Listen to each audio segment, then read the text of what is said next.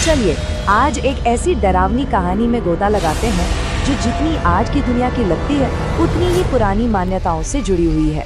ये कहानी है दोस्ती की, धोखे की और उन अनदेखी शक्तियों की जो शायद, बस शायद हमारी रक्षा करती हैं। कहानी की शुरुआत एक ऐसे सवाल से होती है जो आपको सोचने पर मजबूर कर देगा। क्या आर्ट का एक खूबसूरत पीस, एक पेंटिंग किसी के लिए मौत का वॉर्ड बन सकती है? सुनने में अजीब लगता है ना? पर हमारी आज की कहानी का सार यही है। तो कहानी का हीरो है अजय, कोई 23 साल का लड़का, बिल्कुल हमारी आपकी तरह एम्बिशियस, यूपीएससी की तैयारी कर रहा है। लाइफ एकदम नॉर्मल चल रही थी जब तक कि वो एक दिन एक आर्ट एग्जीबिशन में नहीं चला गया और बस वहीं से सब कुछ बदलने वाला था। और एग्जीबिशन में मतलब सैकड़ों पेंटिंग्स थी, लेकिन एक तस्वीर पर उसकी नजरें टिक गई। जानते हैं क्यों? क्योंकि उस पेंटिंग में जो चेहरा था वो अजय का अपना था, बिल्कुल हूबहू, और बनाने वाला कोई ऐसा आर्टिस्ट था जिससे वो आज तक मिला भी नहीं। दिमाग में बस एक ही बात घूम रही थी, आखिर ये मुमकिन कैसे है? और तभी जैसे किसी फिल्म की तरह कहानी में एंट्री होती है मालिनी की। आर्टिस्ट वही थी, बेहद खूबसूरत, चार्मिंग, और उसकी बातों में ना एक अजीब सा जादू था। उसने अजय को बताया कि ये पेंटिंग तो उसने बस अपनी इमेजिनेशन से बनाई है और शायद किस्मत ही उन्हें मिलवाना चाहती थी। अजय तो भाई उसी पल उसकी बातों में खो गया। लेकिन जो चीज एक खूबसूरत इत्तेफाक लग रही थी वो असल में एक बहुत गहरा जाल था। देखिए, मालिनी का हर कदम कितना कैलकुलेटेड था। वो पहली अनजान था, फिर वो प्यार से खिलाई हुई खीर, तोहफे में दी गई वही पेंटिंग जो अब एक शाबित चीज बन चुकी थी, और हाँ, नजर न लगे कहकर पहनाया गया वो काला धागा। ये सब एक बहुत बड़ी साजिश का हिस्सा था। अब आप सोच रहे होंगे एक खीर से क्या ही हो जाएगा? वेल, वो कोई मामूली खीर नहीं थी, उसमें था वशीकरण का असर। वशीकरण मतलब एक ऐसा जादू, एक ऐसी टेक्निक जिससे किसी दूसरे इंसान के दिमाग और उसके कामों पर कंट्रोल किया जा सकता है। ये सिर्फ दिमागी कंट्रोल नहीं है, ये किसी की आत्मा को काबू करने जैसी खतरनाक चीज है। और इसका असर दिखना शुरू हो गया था, बहुत बुरी तरह से। अजय को भयानक सपने आने लगे। उसे हर वक्त लगता जैसे कोई उसे देख रहा है। शरीर हर वक्त तपता रहता था, बेमतलब की कमजोरी, और तो और उसके जिस्म पर अजीब लाल निशान उभरने लगे थे। उसकी आंखें वो हमेशा खून जैसी लाल रहती थी। उसे कुछ समझ नहीं आ रहा था कि आखिर उसके साथ हो क्या रहा है। फिर कुछ दिनों बाद मालिनी का फोन आता है। वो कहती है, मेरी माँ तुमसे खास तौर पर मिलना चाहती हैं। प्लीज आज रात हमारे घर पूजा है, तुम जरूर आना। सुनने में कितना नॉर्मल सा इनविटेशन लगता है ना? लेकिन यही वो मोड़ था जहाँ कहानी का सबसे डरावना चैप्टर शुरू होने वाला था।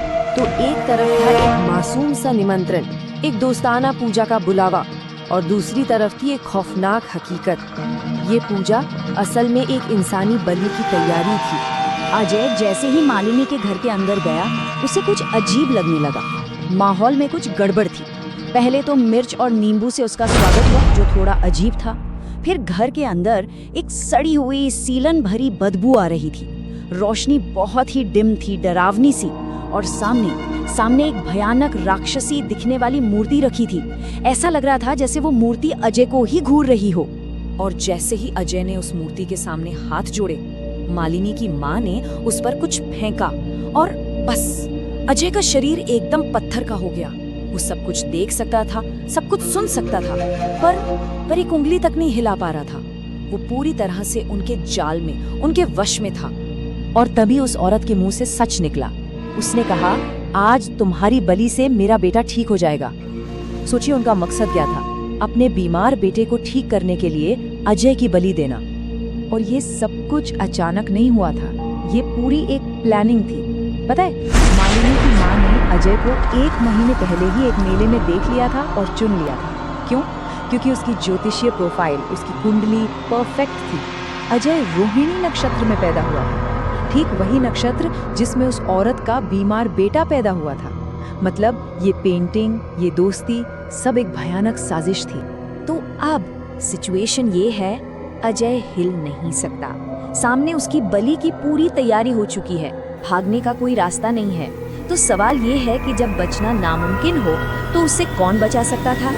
इसका जवाब मिला एक ऐसी जगह से जिसके बारे में कोई सोच भी नहीं सकता था। जवाब था पितर।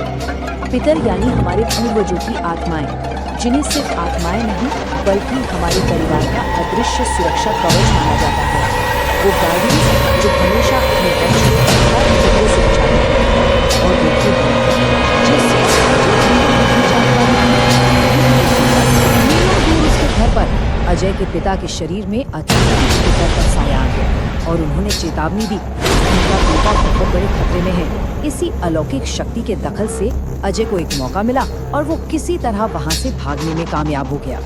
लेकिन खतरा अभी टला नहीं। अजय का परिवार उसे सीधा एक मंदिर ले गया। वहाँ पंडित जी ने बताया कि इस काले जादू के असर को पूरी तरह से कैसे खत्म करना है। पहला, उस शापित काले धागे को उतारकर नष्ट कर दो। दूसरा, एक शुद्धिकरण हवन करो। तीसरा, मालिनी से मिला हर एक तोहफा, हर एक चीज जला दो। और आखिर में हमेशा के लिए एक सुरक्षा कवच पहनो। इस पूरी डरावनी कहानी से जो सबसे बड़ा सबक मिलता है वो बहुत सीधा और साफ है। किसी पर भी भरोसा करने से पहले उसकी ठीक से जांच पड़ताल करें। मतलब आंखें बंद करके किसी पर यकीन करना जानलेवा भी हो सकता है। और आखिर में ये कहानी हमें एक बहुत गहरे सवाल पर सोचने के लिए छोड़ जाती है। क्या सच में ऐसी कोई अनदेखी ताकतें हैं जो हमारी रक्षा करती हैं? अब हम उन्हें पितर कहें, किस्मत कहें या कोई दैवीय शक्ति, ये एक ऐसा सवाल है जिसका जवाब शायद हम सबको अपने अंदर ही खोजना होगा।